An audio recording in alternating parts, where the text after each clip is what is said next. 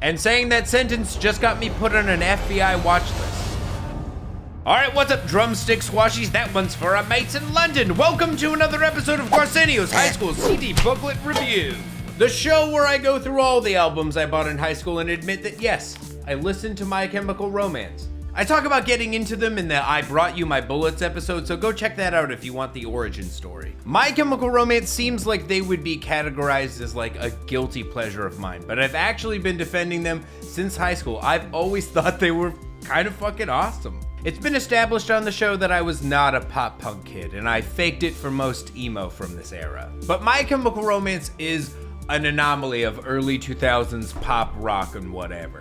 And by that I mean the riffs are good, somehow the lyrics are solid, and every new musical genre that they add into the mix works. And that third bit is what I want to focus on for this episode. Today we're talking about The Black Parade. It's their third album, it's their biggest album, it's considered a modern classic, and to be honest, you don't need me to tell you that this album is good. This thing will be memed until I'm dead, and because of it, My Chemical Romance is probably still somehow the most popular guitar-based band that exists. I bring all that up because on paper, this thing absolutely should not work.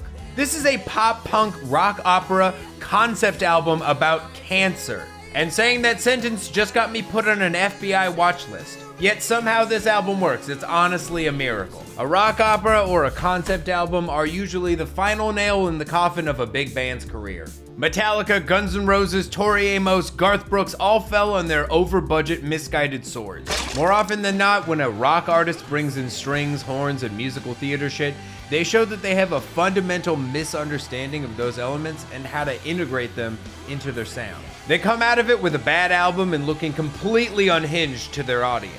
But to me and probably a lot of other people, My Chemical Romance always wrote shit that sounded like it should be backed up by a Philharmonic. Like when you break it apart, they have way more in common with Grand Guignol and off-Broadway horror theater than they do with the Warped Tour. When these guys are trying some 1920s big band nonsense, it feels weirdly authentic. It for some reason doesn't have that Milady vape pen energy of when Fall Out Boy and Panic at the Disco were wearing top hats and reading The Great Gatsby. And I think that that's what kind of annoys me about them being the poster children for I Want to Kill My Girlfriend music of the early aughts. Like, I know at the time they looked like Invader Zim backpacks that came to life, but they don't really sound like those bands. Or at least they are the most mature and successful version of what those bands were supposed to sound like.